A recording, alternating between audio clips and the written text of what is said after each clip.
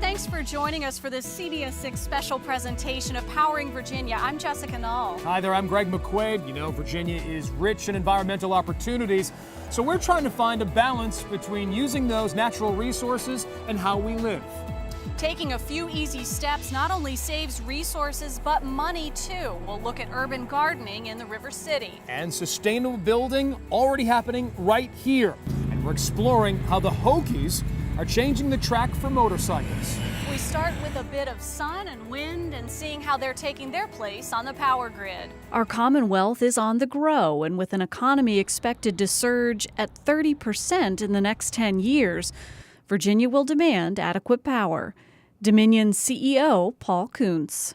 We need to make investment so that there's ample electricity and infrastructure so that businesses continue to come to Virginia and add jobs. And really that's our mission, is to provide the adequate infrastructure so that any business that's considering coming to Virginia will know that there's electrical infrastructure in place to meet that need. But it's a delicate balance because our Commonwealth must also meet the federal goal of reducing consumption by 10% by 2022.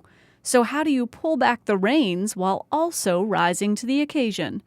What powers Virginia today is a diverse mix of fuel types as well as a diverse mix of generating types. We have about a third of our energy that comes from nuclear generation, which obviously has zero air emissions. About a third of our energy comes from about a dozen different coal plants. And then about a third comes from a combination of natural gas-fired generation and various renewables. We are also looking at some very innovative technology. There are now meters that you install at the home, which for the first time can enable two-way communication. Dominion Virginia Power's smart grid technology, already in the testing phase in Charlottesville and Richmond, may contribute to an overall reduction of power by the 2022 deadline, equivalent to one full power plant. We believe it has great promise, but we want to test it. So we have three demonstration sites, one here in Richmond, and then last August we announced our Charlottesville Smart Grid initiative, where we have installed about 50,000 of these meters. But we're also educating our customers in terms of what their residential consumption is versus their neighbors. That's been very well received. Folks are very curious to know what their consumption is like versus sort of a typical neighborhood average.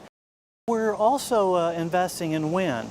We think that it is an important resource, especially with the Appalachian Mountain Range just to our west. Dominion plans to begin construction on a solar panel plant and already taps into wind-powered energy.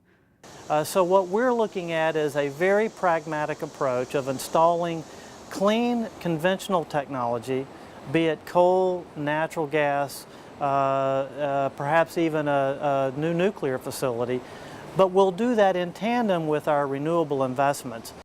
Up next, it's more than a garden. Yeah, find out how this once vacant lot is now producing a healthy amount of green and employment.